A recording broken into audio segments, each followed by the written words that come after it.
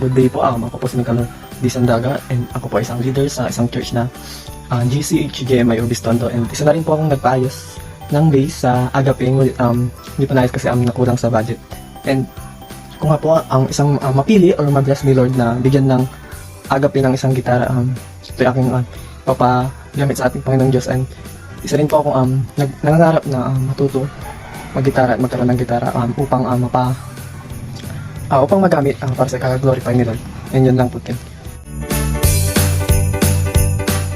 At ako po si Lara Joyce Bueno Casas at ito si aking anak Hannah Grace Casas. Yung isang rason kung bakit gusto kong magkaroon ng gitara at manalo dahil sa kanya. Kasi matagal na niyang sinasabi na gusto niyang magkaroon ng gitara, tapos gusto daw niyang matuto na maggitara. So bali, ang gusto niya, talagang nag-i-start na siya mag-ipon ng pera. Magkano ipon niya?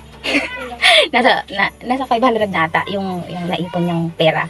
Kasi gusto nga daw niyang magkaroon ng sariling gitara. Tsaka nag-i-inquire na din kami kung magkano yung basic na gitara.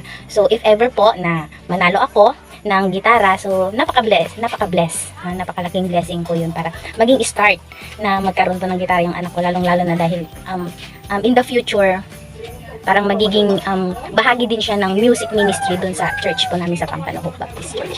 Sana po, hopefully, na isa po kami sa mapili at maraming salamat po in advance. Thank you po!